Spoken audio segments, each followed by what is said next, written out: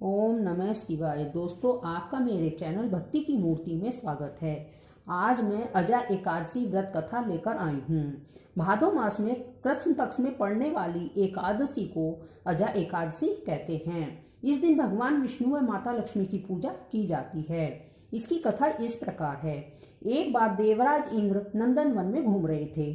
चारों तरफ उत्सव जैसा माहौल था। गंधर्व गा रहे थे और कन्याएं नृत्य कर रही थी। वहीं पर पुष्पवती गंधर्व कन्या ने माल्यवान गंधर्व को देखा और उस पर आसक्त होकर उसे रिझाने का प्रयत्न करने लगी। माल्यवान भी उस गंधर्व कन्या को देखकर सुरताल भूल गया। इससे संगीत की लय टूट गई।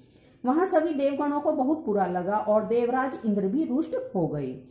संगीत एक पवित्र साधना है, इसको भ्रष्ट करना पाप है। अतः इंद्र ने पुष्पवती और माल्यवान को शाप दे दिया कि तुमने संगीत की साधना को अपवित्र किया है, देवी सरस्वती का घोर अपमान किया है, अतः तुम्हें मृत्युलोक में जाना होगा।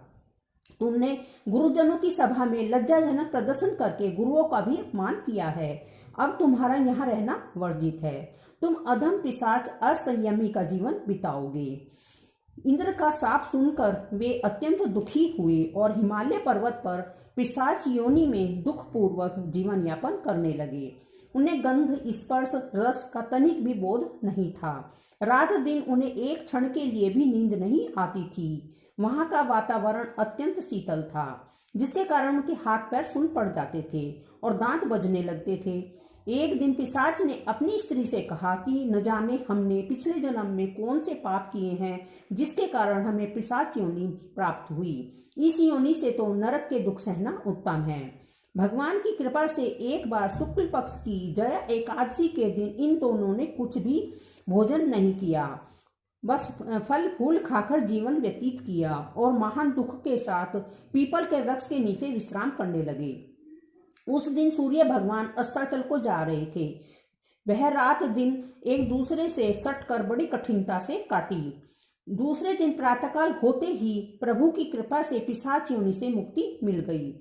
फिर से अपनी अत्यंत सुंदर अप्सरा और गंधर्व की देह पाकर दोनों स्वर्ग को चले गए। उस समय आकाश में देवगण तथा गंधर्व इनकी स्तुति करने लगे। नागलोक में जाकर दोनों ने देवेंद्र को दंडवत किया। उन्होंने पूछा, तुम्हें पिशाच योनि से किस प्रकार मुक्ति मिली? उसका पूरा वृतांत मुझे बताओ। देवेंद्र की बात सुनकर माल्यवान ने कहा कि हे देवताओं के राजा इंद्र, श्री हरि की कृपा तथा जया एकादशी के व्रत के पुण्य से हमें पिशाच योनि से मुक्ति मिली है। इंद्र ने कहा, हे माल्यवान, एकादशी व्रत करने से तुम लोग पिशाच योनि को छोड़कर पवित्र हो गए हो, इसलिए हम दोनों के लिए भी वंदनीय हो गए हो, क्योंकि शिव तथा विष्णु भक्त हम देवताओं के वंदना करने योग्य है। अतः आप दोनों धन्य हैं। अब आप प्रसन्नता पूर्वक देवलोक में निवास कर सकते हैं। इस जया एकादशी के उपवास से कुयोनि से सहज ही मुक्ति मिल जाती है।